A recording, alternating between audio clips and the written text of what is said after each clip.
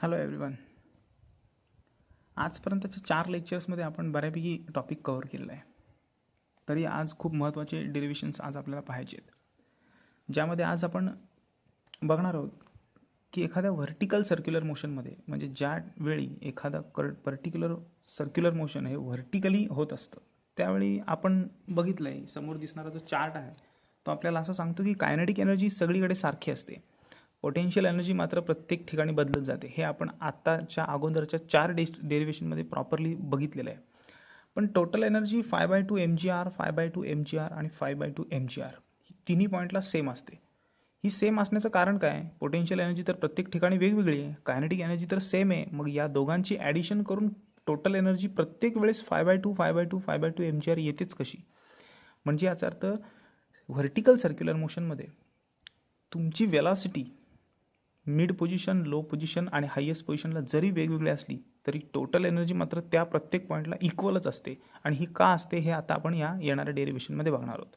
म्हणजे आत्ताचा जो आपला क्वेश्चन असणार आहे तो असा प्रश्न असा आहे की derive an expression for the total energy at different point on the vertical circular motion. Vertical circular मोशनमध्ये लोएस्ट पॉईंटला, मिड पॉईंटला आणि हायेस्ट पॉईंटला असणारी टोटल एनर्जी ही किती असते, आणि असेल एवढी 5/2 तर ती तिन्ही पॉईंटला सेम असते. हे पण आपल्याला प्रूफ करायचं आहे. सो एकदम सिम्पल डेरिव्हेशन आहे. फक्त हे सगळे फॉर्म्युले तुमच्या लक्षात असले पाहिजेत. हे तर सगळीकडे सेम आहेत, फक्त लोएस्ट, मिड आणि हाय या तिघांची 3 पोटेन्शियल एनर्जीज तुम्हाला लक्षात आली तर हे डेरिव्हेशन खूप इझी आहे. सो सगळ्यात आधी आपण बघतोय energy at lowest point, mid point and high point which equals to 5/2 mgr. आत्ताच्या केसमध्ये आपण जे बघणार आहोत ती एनर्जी कशी असणार आहे ते पाहूया. सगळ्यात आधी क्वेश्चन बघणार आहोत आपण. Look at the question. First of all, find the energy at point highest position. Highest पोझिशनला आपल्याला काय काय असतं, काय काय नाही ते आधी माहिती असलं पाहिजे. एक म्हणजे कायनेटिक एनर्जी हायेस्ट पोझिशनची आपल्याला माहिती असली पाहिजे. नंबर 2 वेलॉसिटीसुद्धा माहिती असली पाहिजे हायेस्ट पॉईंटची. आणि नंबर 3 पोटेन्शियल एनर्जीसुद्धा माहिती असली पाहिजे. कायनेटिक, पोटेन्शियल आणि वेलॉसिटी या 3 गोष्टी माहिती असतील तर आपण टोटल एनर्जी काढू शकतो, आणि ते आपल्याला या टॉपिकमध्ये आपण बघितलेलंच आहे. So let start with the total energy at highest position. तुम्ही म्हणाल हा प्रश्न नक्की आहे तरी काय? प्रश्न असा आहे की जर समजा एखादा दगड तुम्ही दोऱ्याला बांधलात आणि फिरवता फिरवता तो दगड वरच्या पोझिशनला गेला, टॉप पोझिशनला, तर त्या टॉप पोझिशनला त्याची एनर्जी किती असेल? यापेक्षाही विचित्र एक्झाम्पल द्यायचं झालंच तर आपण असंही एक्झाम्पल घेऊ शकतो की जर एखाद्या व्यक्तीने इथे दगड बांधलेला असेल आणि या दोराला बांधून तो फिरवत असेल, तर जर तुमच्या तो हाताला लागलाच, या पोझिशनला असताना तुमच्या हाताला लागला, इथून खालून वर जाताना तुमच्या हाताला लागला, किंवा वरून खाली येताना तुमच्या हाताला लागला, किंवा या पोझिशनला लागला, तर चारही पोझिशनला तुमच्या हाताला जेव्हा तो दगड लागेल त्यावेळी त्या दगडाची ताकद प्रत्येक पोझिशनला इक्वलच असेल की नसेल, या गोष्टीचं एक्सप्रेशन आपण ह्याच्यात बघणार आहोत. Simply easy. प्रत्येकाची कायनेटिक एनर्जी सेम असणार आहे, पोटेन्शियल एनर्जी मात्र डिफरंट असणार आहे, पण तरी टोटल एनर्जी आपली सेमच असणार आहे. हे आपल्याला इथे सायंटिफिकली प्रूफ करून दाखवायचं आहे with derivation. So let start with the first thing, kinetic energy. Kinetic energy half mv². हा सगळीकडे सगळ्यांना फॉर्म्युला माहिती आहे. Kinetic energy at highest point half mv². इथं हायेस्ट आहे म्हणून h जोडला आहे, लोएस्ट असता तर l जोडला असता, ओके, मिड असता तर m जोडला असता. कायनेटिक एनर्जीचा फॉर्म्युला सगळ्यांनाच माहिती आहे. हा आला लोएस्ट पोझिशनचा, मिड पोझिशन, आपण हायेस्टचा काढतोय म्हणून हा फॉर्म्युला घेतला. कायनेटिक एनर्जी आणि पोटेन्शियल एनर्जी पण आपल्याला माहिती आहे हायेस्ट पोझिशनची किती आहे, 2 mgr. ती सुद्धा आपण घेतलेली इथे. कायनेटिक एनर्जी घेतली, पोटेन्शियल एनर्जी घेतली, आणि या दोघांचा वापर करून मागे आपण टेन्शनचा फॉर्म्युला वापरून आय थिंक वेलॉसिटीसुद्धा काढली होती. Velocity at highest point √rg. Okay, ह्या 3 गोष्टी माहिती असल्या पाहिजेत. आता हायेस्ट पोझिशनची वेलॉसिटी आपल्याला √rg माहिती आहे. जर VHचा स्क्वेअर केला तर ह्याचं रूट निघून जाईल, म्हणजे 1, 2 आणि 3 या 3 व्हॅल्यूंचा वापर आपण इथे करणार आहोत. Simply easy. आपल्याला विचारलं आहे टोटल एनर्जी. सो टोटल एनर्जीचा फॉर्म्युला आपण टाकला, kinetic energy plus potential energy.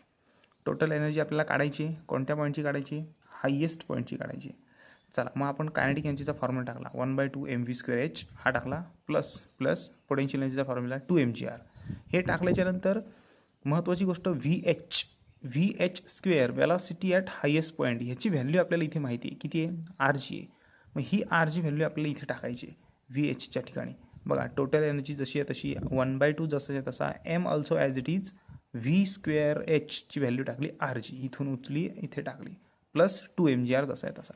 आता बघा, mgr सिक्वेन्स नसला तरी mgrच आहे, हा सुद्धा mgr आहे, म्हणजे दोघांच्या ॲडिशनच्या टर्ममध्ये mgr कॉमन निघतो. सो आपण ह्याच्यातनं mgr काढला, ह्याच्यातनं mgr काढला. आता ह्याच्यातला MGR निघाला म्हटल्यानंतर फक्त हाफच राहिला, प्लस ह्याच्यातला MGR गेला म्हणजे फक्त 2 राहिले. 2 प्लस हाफ किती झाले? 2.5 झाले. आता 2.5 म्हणजे अडीच म्हणजे 5च्या हाफ होतात, म्हणून आपण लिहिलं 5/2. 5/2 म्हणजेच 2.5. सो ही आपली total energy at highest position आली. सिम्पली इझी, याच्यामध्ये काही खास नाही, फक्त या 3 व्हॅल्यू जर माहिती असतील तर आपण total energy is equal to kinetic plus potential यांचे ॲडिशन करू शकतो. वेलॉसिटीची व्हॅल्यू माहीत नसेल तर तुम्ही काहीच करू शकत नाही, आणि वेलॉसिटी आपण तिन्ही पोझिशनच्या 3 वेळा व्यवस्थित शिकलेलो आहोत, त्यामुळे इथे काही चुकण्याचा काही प्रश्न येत नाही. फक्त कॉमन काढताना इथे विचार करावा लागेल. Now let's talk about lowest point. Total energy at lowest point. Same अगदी मागच्या सारखंच पहिली माहिती असली पाहिजे value kinetic energy half mv², दुसरी पोटेन्शियल एनर्जी 0. इथे बघा आपल्याला सांगितले लोएस्ट पॉईंटची kinetic energy half mv²L, potential energy 0, आणि वेलॉसिटी आपली आपण प्रूफ केलेली होती √5rg, आणि त्याचा स्क्वेअर करून घेतला फक्त 5rg. सेम मागाशी जसं आपण केलं तसंच या सगळ्या व्हॅल्यू आपण घेतल्या, right. So kinetic energy, potential energy आणि वेलॉसिटी आपल्याला माहिती झाली. सेम जसं मागाशी आपण फॉर्म्युला टाकला तसा आपण फॉर्म्युला टाकला. तिन्ही फॉर्म्युलांची आपण आता व्हॅल्यू टाकणार आहोत. So total energy as it is kinetic energy half mv²L plus potential energy lowest पोझिशनला 0 असते, ती 0. या 0ला इतकी व्हॅल्यू नाही आहे, त्यामुळे प्लस 0 नाही लिहिला तरी चालणार आहे, पण इथे दाखवण्यासाठी आपल्याला तो मेन्शन करावा लागतो. नेक्स्ट, वेलॉसिटी ॲट लोएस्ट पॉईंटचा स्क्वेअर जो आपल्याला इथे माहिती आहे 5rg. So 1/2 as it is, m पण ॲज इट इज, आणि ह्याची व्हॅल्यू टाकली 5rg. 5rg म्हणजे 5mgr असंही म्हटलं तरी चालेल. सो आपण 5 × 5 लिहिले, 5 × 5, खालचे 2 जसेच्या तसे, आणि mrg न लिहिता mgr लिहिलं, जबकि ह्याला सेम मॅच व्हावं म्हणून. सो हा झाला आपला formula total energy at which point? Lowest point. So इथे L लिहायला विसरू नका, जसं की हा हायेस्ट पॉईंटचा होता, हा लोएस्ट पॉईंटचा होता. आता आपण मिड पोझिशनचा बघणार आहोत. आन्सर हेच आलं पाहिजे, राईट. अर्थात आपण आन्सर आणि फॉर्म्युले जरी वेगवेगळे घेतोय तरी आन्सर मात्र आपलं एकच येतं आहे. लक्षात घ्या, आता आपल्याला मिड पॉईंटची जी टोटल एनर्जी काढायची आहे त्या टोटल एनर्जीमध्ये सुद्धा हे फॉर्म्युले पोटेन्शियल एनर्जीचे बदलतील, पण तरी आन्सर मात्र 5mgrच येईल. So let's talk about and verified. Let's talk about kinetic energy, potential energy and velocity at lowest point, mid point. आता आपण मिड पॉईंटबद्दल बघणार आहोत. आता kinetic energy at mid point किती असणार आहे, तर मिड पॉईंटबद्दल आता आपण काढणार आहोत. सो मिडवे पोझिशनला इथे वेलॉसिटी ॲट मिड पॉईंट येईल. कायनेटिक एनर्जीचा फॉर्म्युला तोच आहे, हाफ mv², जसं की इथे आपल्याला माहिती आहे मिड पॉईंटचा.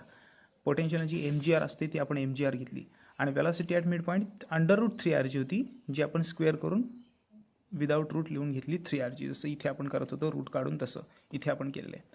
So let's talk about the same formula. जसं इथे केलं तसं इथे केलं, सेम अगदी तसंच करणार आहोत. Total energy is equal to kinetic plus potential. कायनेटिकचा फॉर्म्युला टाकला हाफ mv² प्लस पोटेन्शियलचा फॉर्म्युला टाकला mgr. इथे आल्याच्यानंतर वेलॉसिटी स्क्वेअर जो आपल्याला माहिती आहे 3rg. सो 1/2 जसा आहे तसा m ॲज इट इज, वेलॉसिटीचा स्क्वेअर टाकला आपण इथे 3rg, आणि mgr जसाच्या तसा. या केसमध्ये काय होतं, mgr आणि mgr दोन्ही कॉमन आहेत म्हणून ते ब्रॅकेटमध्ये टाकले. आता mgr इथे आलं म्हणजे इथं 3 × 3 आणि 2 जसे आहे तसे, म्हणजे या पहिल्या टर्ममध्ये 3/2 राहिले, आणि प्लस इथे कोणी नसतो म्हणजे इथे 1 असतो, म्हणजे +1. ब्रॅकेटच्या बाहेर दोन्ही पण गेले, आणि इथे राहिलं 3/2 + 1, आणि इथे काय केलं बघा, 2 × 1 = 2, 2 + 3 5, 2 × 1 = 2, 2 + 3 5, आणि अपॉन 2. सो 5/2 mgr ही वेलॉसिटी आली मिड पोझिशनची. अगदी तिन्ही आन्सर आपले सेम आलेले आहेत. अगदी सोप्पा आन्सर आहे. याच्यामध्ये फक्त हा चार्ट महत्त्वाचा आहे. हा आधी आपण बऱ्याचशा डेरिव्हेशनला बघितलेला आहे. So this is very important task.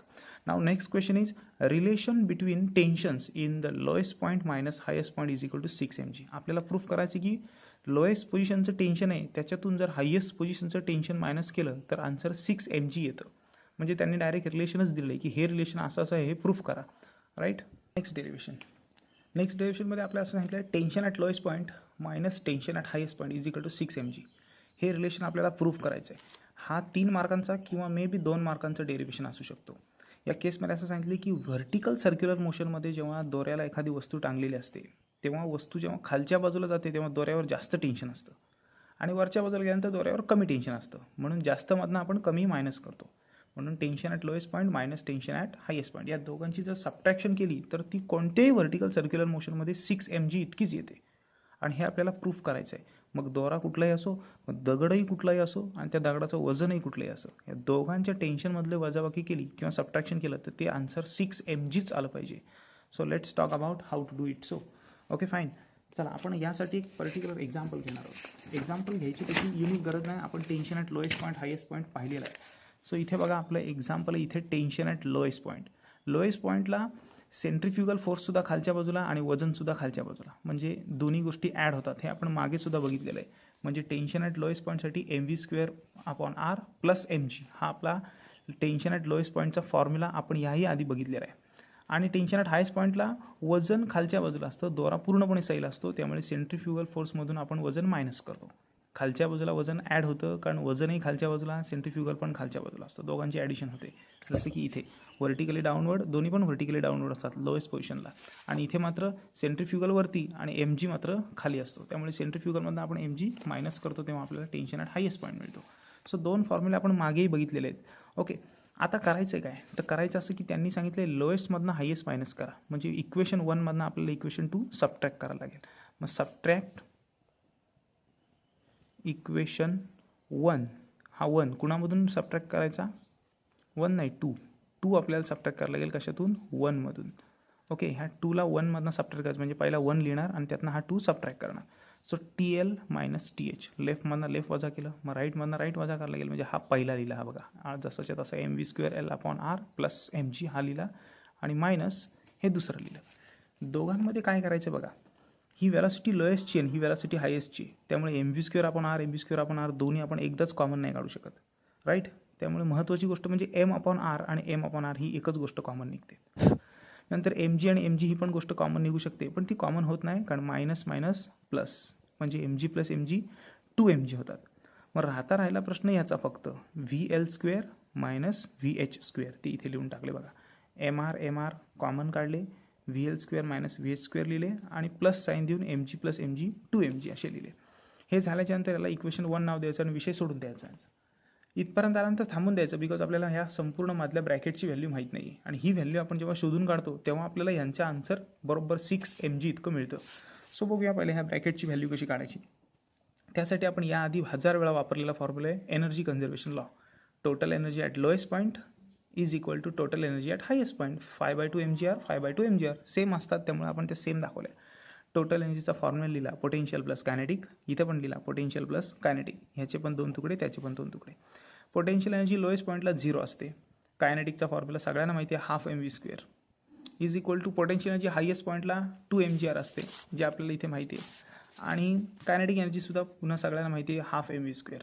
हे फॉर्म्युला आपण आतापर्यंत 7-8 वेळा टाकलेले आहेत, त्यामुळे ह्याच्यामध्ये कन्फ्युजन व्हायचं काही कारणच नाही. आता हा 0 गेला कामातून, ह्याच्याशी काही घेणं देणं नाही. हाफ mv² L लिहिलं, इकडचे प्लस mv² आहेत, तिकडे येताना मायनसला आणले, हे बघा इथे मायनस साईन आहे, आणि राईट साईडला फक्त राहिले काय, 2 mgr. आता दोघांच्यामध्ये कॉमन निघतोय 1/2 m आणि 1/2 m, तो कॉमन काढला, राहिला काय VL² मायनस VH², बरोबर आहे. 1/2 m 1/2 m कॉमन निघले, right side as it is. इथे आल्यानंतर हा डिव्हिजनचा 2 इकडे मल्टिप्लायला जातो, 2च्या जोडीला येतो हा बघा, आणि हा मल्टिप्लायचा m येतो खाली डिव्हिजनला येतो, बाकी हा ब्रॅकेट ॲज इट इज राहतो. आता m आणि m कॅन्सल झाले, आणि 2 किती आले 4, आणि हा gr, म्हणजे एवढ्या ब्रॅकेटची व्हॅल्यू आली 4gr. आता VL² मायनस VH² हीच व्हॅल्यू आपल्याला हवी होती, जी आता आपण किती काढली, 4gr काढली. म्हणजे इक्वेशन 3 आता आपण इक्वेशन 1मध्ये पुट करणार आहोत. काय आहे आपलं इक्वेशन 1, तर हे बघा हे आहे, ते आधी मी पहिलं लिहून घेतो. Tension at lowest point minus tension at highest point is equal to काय आपल्याकडे m/r, हा लिहिला मी m/r. त्याच्यानंतर आपल्याला हा ब्रॅकेट लिहायचा आहे, पण ब्रॅकेट लिहून काहीच मतलब नाही, आपल्याला ब्रॅकेटची व्हॅल्यू माहिती आहे 4rg. बघा हा ब्रॅकेट याला मल्टिप्लायला येतो, पैठण लिहिला काय इंटू 4gr, आणि पुढे काय सांगितलं आहे प्लस 2mg. सो आपण इथे लिहिला प्लस 2mg. काय केलं, 3ची व्हॅल्यू 1मध्ये पुट केली. आता राहिलं काय, तर इथे बघा r आणि r कॅन्सल झाला, म्हणजे 4gm हे आलं, इथे किती आलं 4mg, आणि हा प्लस किती आहे 2mg, बरोबर आहे. आता 4mg आणि 2mg किती mg झाले, 6mg झाले. म्हणजे tension at lowest point minus tension at highest point is equal to किती mg आले, 6mg. जे आपल्याला आन्सर हवं होतं ते आपण अगदी कट टू कट व्यवस्थित काढलेलं आहे. किती सिम्पल डेरिवेशन आहे बघा. लोएस्ट पॉईंटचे 2 फॉर्म्युले, हायेस्ट पॉईंटचा एक फॉर्म्युला, दोघांची सबट्रॅक्शन, mr कॉमन, 2mg इकडे आला. एनर्जी कन्झर्वेशन लॉने आपण ह्याची व्हॅल्यू काढली, ती 3मधून 1मध्ये पुट केली, आणि अगदी सहजपणे कॅल्क्युलेशन करून इथपर्यंत आलो. TL minus TH is equal to 6mg. It's quite simple derivation. Next concept आहे रिजिड बॉडी. रिजिड बॉडी हा शब्द तुम्ही कदाचित पहिल्यांदा ऐकत असाल, पण मी तुम्हाला रिजिड बॉडीबद्दल काय आहे ते सांगतो. लक्षात घ्या, रिजिड बॉडी एक असा प्रकार आहे जी संपूर्णपणे भरीव पार्टिकलने बनलेली असते. जसं की आतापर्यंत आपण जे काय बघितलं ते एखाद्या सेंटरच्या भोवती दुसरी एखादी वस्तू फिरत होती या टाईपनी, राईट, क्लॉकवाईज अँटी क्लॉकवाईज कशी, याला आपण रिव्हॉल्युशन असं म्हणत होतो. एक पार्टिकल दुसऱ्या पार्टिकलच्या अराउंड युनिफॉर्म सर्क्युलर मोशनमध्ये व्हर्टिकल किंवा हॉरिझॉन्टल सर्कलमध्ये फिरत होता. या केसमध्ये आता आपण एक वस्तू दुसऱ्या भोवती फिरवणार नाही आहोत, तर एक वस्तू जी स्वतःच्याच भोवती ॲक्सिसच्या भोवती फिरणार आहे त्याला आपण रोटेशन असं म्हणतो. आतापर्यंत आपण रिव्हॉल्युशन बघितलं, जसं की पृथ्वी सूर्याच्या भोवती फिरायची. आता आपण पृथ्वी स्वतःच्या भोवती फिरते, रोटेशन, त्याबद्दल बघणार आहोत. जसं की ही एक नोटबुक आहे, या नोटबुकला मला हाताच्या बोटावर देऊन फिरवायची आहे, तर मी सेंटर ऑफ ग्रॅव्हिटी जी बघणार की जिथे माझं बोट मी होल्डअप केल्याच्यानंतर माझी नोटबुक अशी स्थिर राहील. आणि हा जो मधला ॲक्सिस आहे, ह्या ॲक्सिसच्या अराउंडलाच ती वही अगदी व्यवस्थित फिरेल. सीधी बात. परंतु या वहीमध्ये छोटे छोटे छोटे छोटे पार्टिकल्स आहेत, बरोबर आहे, आणि हे पार्टिकलनी ही वही बनलेली आहे. याचा अर्थ ही जी बॉडी आहे ती रिजिड आहे, अर्थात भरीव आहे. कळते? म्हणजे भरीव बॉडी जेव्हा असते ज्याच्या आतमध्ये भरपूर पार्टिकल टाईटली बाउंडेड असतात, त्याला आपण रिजिड बॉडी असं म्हणतो. सायंटिफिकली ही जर बॉडी कशी असते बघायची असेल तर एक साधं एक्झाम्पल आहे. If the distance between any two constituent particles of a body remains same किंवा remains unchanged under the action if the force is called as rigid body. बघा काय सांगितलं आहे. If the distance between any two constituent particle of a body, याच वाक्याचा अर्थ आधी ऐका. Distance between the any two constituent particle. आता ही वही मी तुम्हाला आत्ता सांगितलं छोट्या छोट्या पार्टिकलनी बनलेली आहे. जसं की हा एक पुठ्ठा आहे, या पुठ्ठ्या आतमध्ये छोटे छोटे छोटे छोटे पार्टिकल आहेत, टाईटली बाउंडेड आहेत, इथे इथे इथे इथे इथे. तर समजून चला की हा एक पहिला पार्टिकल आहे ए आणि हा दुसरा पार्टिकल आहे बी. ओके, आणि इथून मी याला फोर्स दिला एफ आणि ही वही लागली फिरायला, राईट, या ॲक्सिस विथ अराउंड फिरायला लागली. तर त्याने असं सांगितलं आहे की बाहेरून फोर्स दिल्याच्यानंतर if the distance between any two constituent particle of the body remains unchanged. Unchanged म्हणजे बदलत नाही. काय बदलत नाही? तर या दोन पार्टिकलमधला डिस्टन्स बदलत नाही किंवा जेव्हा आपण ह्याच्यावर फोर्स ॲप्लाय करतो. म्हणजे या बॉडीवर आपण कितीही फोर्स ॲप्लाय केला तरी पण त्या बॉडीमध्ये असलेले कॉन्स्टिट्युएंट पार्टिकल आहेत, त्या पार्टिकलच्या मधला डिस्टन्स अजिबात बदलत नाही. अशा बॉडीला आपण रिजिड बॉडी असं म्हणतो. जसं की हा पेन, या पेनवर मी किती फोर्स देतो आहे तरी पण ह्याच्या आतमधले पार्टिकल इतके टाईटली बाउंडेड आहेत की यांच्या पार्टिकलमधला डिस्टन्स अजिबात बदलायला मागत नाही. याचा अर्थ ही बॉडी रिजिड आहे. सीधी गोष्ट आहे. लक्षात घ्या, इरेझर हा एक इलॅस्टिक बॉडी आहे, त्याला रिजिड बॉडी म्हणता येणार नाही, बिकॉज ती कॉम्प्रेस होते आणि परत रिगेन करते ओरिजिनल डायमेन्शन. याचा अर्थ मी एक्सटर्नल फोर्स दिल्याच्यानंतर त्याच्या आतल्या कॉन्स्टिट्युएंटचा डिस्टन्स कमी किंवा जास्त होतो, म्हणजे ती रिजिड बॉडी नसून ती कोणती बॉडी आहे? येस, एक्झॅक्टली, ती प्लॅस्टिक बॉडी आहे. इलॅस्टिसिटी या टॉपिकमध्ये आपण लास्ट इयरला 11वीला ते पाहिलेलं पण आहे. म्हणजे काय सांगितलं आहे? If the force is applied then the body in which the constituent particle remain unchanged their distance, such a body is called a rigid body. ज्या बॉडीमधल्या आतले पार्टिकल्स बाहेरून कितीही फोर्स दिला तरी आपल्या दोघांमधला डिस्टन्स कमी किंवा जास्त करत नाहीत, अशा बॉडीला आपण रिजिड बॉडी असं म्हणतो. मग तुमच्याकडे असलेल्या प्रत्येक वस्तू ज्या सॉलिड पार्टिकलनी बनलेल्या आहेत त्या रिजिड बॉडी आहेत. अगदी तुमच्या मोबाईलपासून चपलेपासून सगळ्याच गोष्टी या सगळ्या रिजिड बॉडी आहेत. लक्षात घ्या, दगड, माती, दगडसुद्धा एक रिजिड बॉडी आहे. हातातला पेन, तुमची कंपास, बरोबर आहे, या सगळ्या एक रिजिड बॉडीचे एक्झाम्पल्स आहेत. मग आता आपण बघतोय की रिजिड बॉडीची काय खासियत असते. रिजिड बॉडी जेव्हा एखाद्या स्वतःच्या ॲक्सिस भोवती फिरवली जाते तेव्हा फिरवताना हा जो मधला ॲक्सिस आहे हा ॲक्सिस जास्त महत्त्वाचा असतो, कारण हा ॲक्सिस ऑटोमॅटिक चूज केला जातो. जसं की तुम्ही एखादा पुठ्ठा जर हवेत असा फेकलात तर फेकताना तो अशा पद्धतीने फिरतो की त्याचा सेंटर आहे ना तो ऑटोमॅटिक स्वतः चूज करतो. त्याला सांगावं लागत नाही की हा माझा सेंटर आहे, मी सेंटरच्या भोवती फिरेल म्हणून. फेकून दिल्याच्यानंतर तो बरोबर त्याच्या सेंटरच्या अराउंडलाच फिरतो. So such body is non as rigid body. So हा जो मधला ॲक्सिस आहे याला आपण ॲक्सिस ऑफ रोटेशन असं म्हणतो किंवा IC असं सुद्धा म्हणतो. IC का मतलब काय? तर C फॉर सेंटर आणि I for axis of rotation at the centre. आपण IC सुद्धा म्हणतो याला आपण ॲक्सिस ऑफ रोटेशन सुद्धा म्हणू शकतो, जो सेंटरलाच असतो. आता ज्या बॉडीमध्ये अनेक पार्टिकल असतात जे बाहेरच्या फोर्सनी सुद्धा आपली जागा बदलत नाहीत, त्याला आपण रिजिड बॉडी असं म्हणतो. पण रिजिड बॉडीच्या पुढची एक महत्त्वाची कॉन्सेप्ट आपल्याला शिकायची आहे, मुमेंट ऑफ इनर्शिया, MR. आता मुमेंट ऑफ इनर्शिया म्हणजे काय, तर मुमेंट ऑफ इनर्शियाची डेफिनेशन शिकण्याआधी आपण ही डायग्राम थ्रू समजून घेणार आहोत. तशी डेफिनेशन जर तुम्हाला सांगितली तर ती तुमच्या इतक्या सहजासहजी लक्षात येणार नाही. बघा, हवं तर मी वाचून दाखवतो. Moment of inertia, the MI of rigid body, MI म्हणजे moment of inertia. The MI of rigid body about an axis of rotation is defined as the sum of the product of masses of each particle and square of the perpendicular distance from the axis of the rotation. Okay, it's not ever easy to understand, so we are going to go through the example. या example through तुमच्या अगदी डोक्यात सहजपणे बसेल की काय असते moment of inertia. Inertia म्हणजे अंतर्भाग आणि मुमेंट ऑफ इनर्शिया म्हणजे अंतर्भागाची मुमेंट ज्याच्याने आपली बॉडी पूर्णपणे रोटेट होते about its own axis of rotation at the centre position. Fine. So लक्षात घ्या, ही जर बॉडी असंख्य पार्टिकलनी बनलेली असेल तर ह्याच्यामध्ये प्रत्येक पार्टिकलला मास असेल आणि मास आपण M या अक्षराने दाखवतो. आता समजून चला की या पोझिशनमध्ये किंवा या वस्तूमध्ये ही एक रिजिड बॉडी आहे, कुठलीही एखादी शेप आहे आणि आपण तिला कापून व्यवस्थित एका ॲक्सिस ऑफ सेंटरला व्यवस्थित फिरण्यासाठी ठेवलेली आहे. Okay, fine. आणि आता मी हिला फिरवणार आहे, पण फिरवायच्या आधी त्याच्या आतमध्ये असंख्य पार्टिकल आहेत. या प्रत्येक पार्टिकलला माससुद्धा आहे.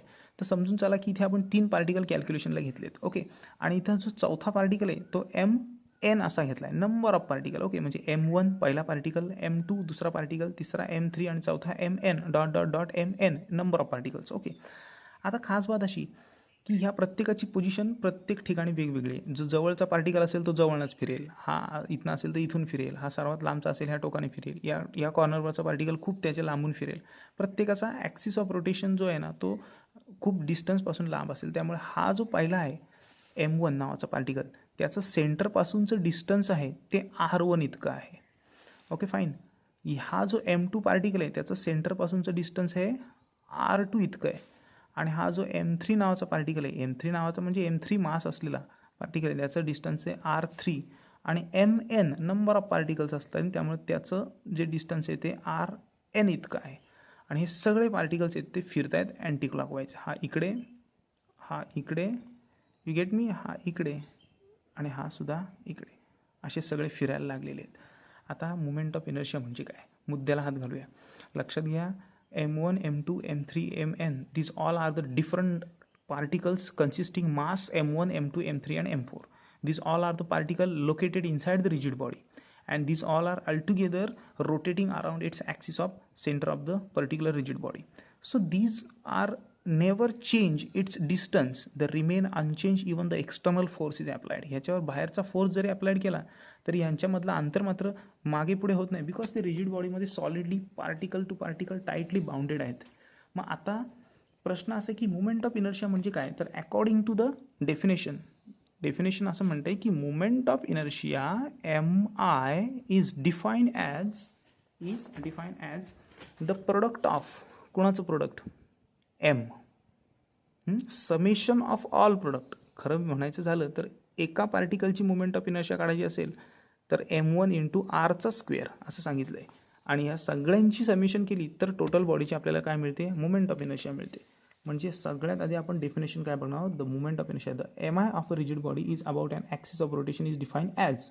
हे काय एवढं इम्पॉर्टंट नाही, पुढे काय सांगितलं बघा, the sum of the product, कुणाची sum of the product of masses. हा बघा, हा प्रोडक्ट ऑफ मासेस कुणाबरोबर, मासची सम कुणाबरोबर, ऑफ इच पार्टिकल, प्रत्येक पार्टिकलची मासेसची सम कुणाबरोबर, इंटू हा and square of its perpendicular distance. आता बघा, इथून ते इथपर्यंत ॲक्सिस बरोबर हे अंतर परपेंडिक्युलर आहे, तर या परपेंडिक्युलर डिस्टन्सचा स्क्वेअर आणि मासची प्रोडक्ट, या दोघांच्या प्रोडक्टची टोटल अल्जेब्रिक सम म्हणजे मुमेंट ऑफ इनर्शिया. थोडक्यात काय सांगायचं झालं तर M1 R चा स्क्वेअर, M2 R2 चा स्क्वेअर, M3 R3 चा स्क्वेअर यांचे टोटल प्रोडक्ट करायचं आणि या टोटल प्रोडक्ट झाल्याच्या नंतर मग त्यांची समेशन करायची. जसं की विचार जर केला तर पहिल्या पार्टिकलची मुमेंट ऑफ इनर्शिया काय येईल, तर M1 R1 स्क्वेअर येईल, दुसऱ्याची काय येईल M2 R2 स्क्वेअर येईल, तिसऱ्याची काय येईल M3 R3 स्क्वेअर येईल आणि सगळ्यांची समेशन काय येईल तर summation of MI RI square अशी येईल. म्हणजे मुमेंट ऑफ इनर्शियाचा फॉर्म्युला लक्षात येईल तुमच्या, m1r1 square summation of all particles. So there we go, it's a formula. Here it is, summation of all particles of every carrying layer. म्हणजे definition जर म्हणायची झाली, the moment of inertia of a rigid body about its axis of rotation is defined as the sum of कसलं, product of masses. पहिला शब्द आला म्हणजे product of masses. Okay, and square of its perpendicular distance, म्हणजे square of its perpendicular distance किती आपला R. Okay, sum of masses, बघा product of sum of masses into square of the perpendicular distance from its axis is called as moment of inertia. Very simple definition is.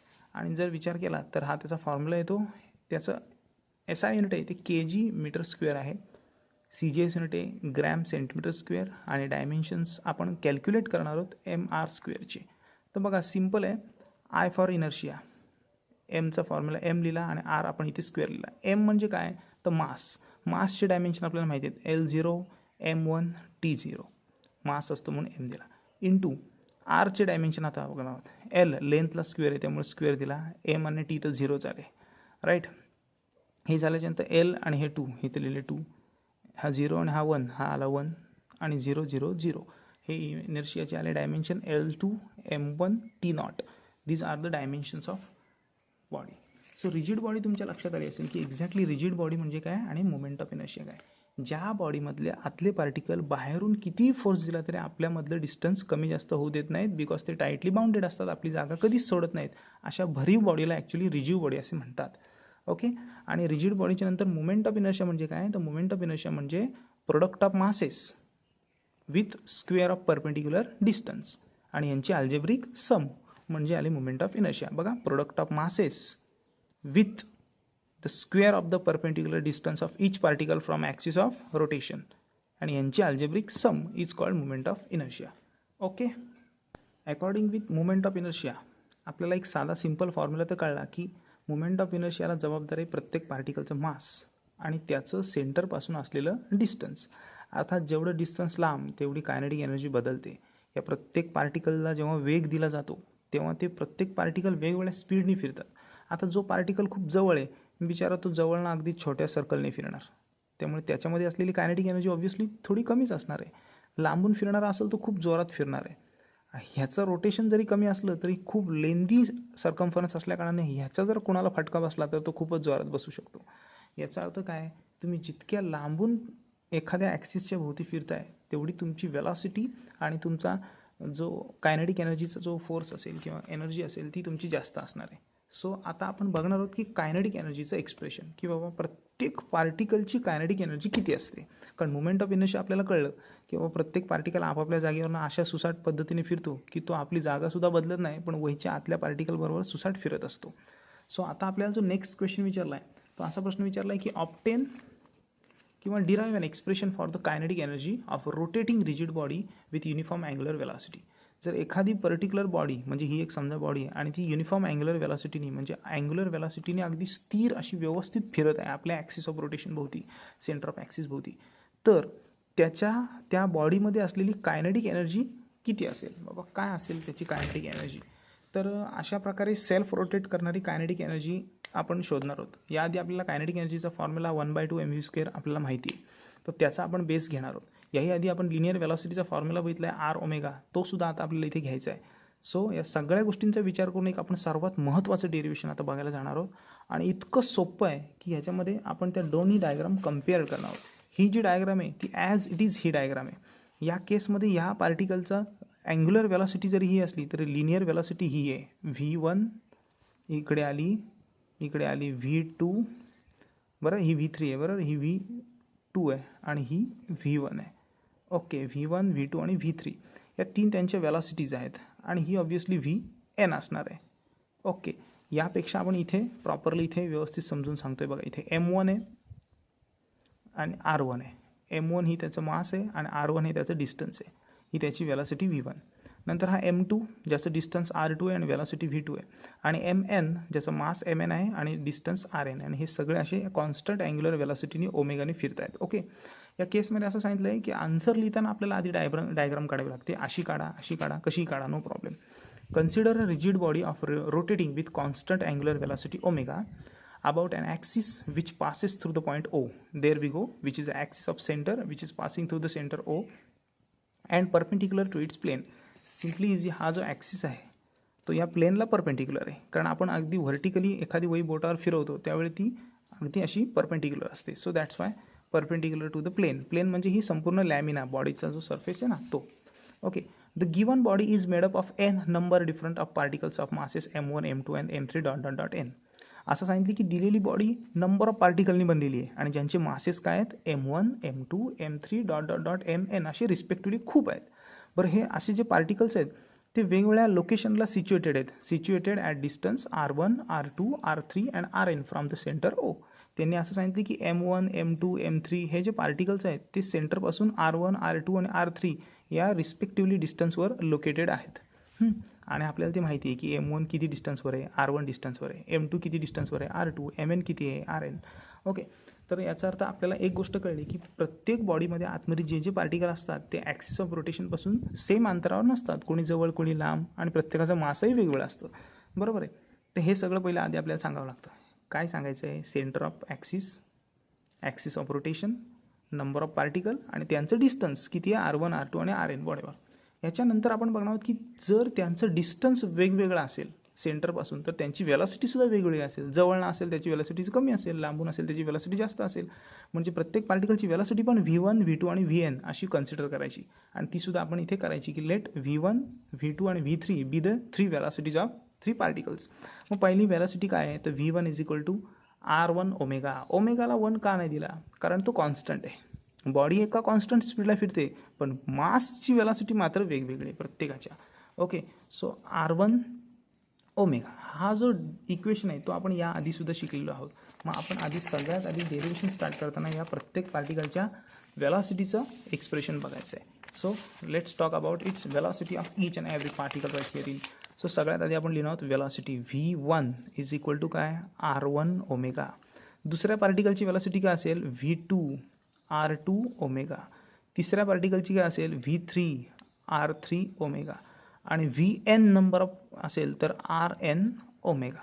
असे 1 2 आणि 3 equation बनवून घेतले. Okay, 1 2 and 3 हे वेलॉसिटीचे पहिले equation लिहून घ्यायचे.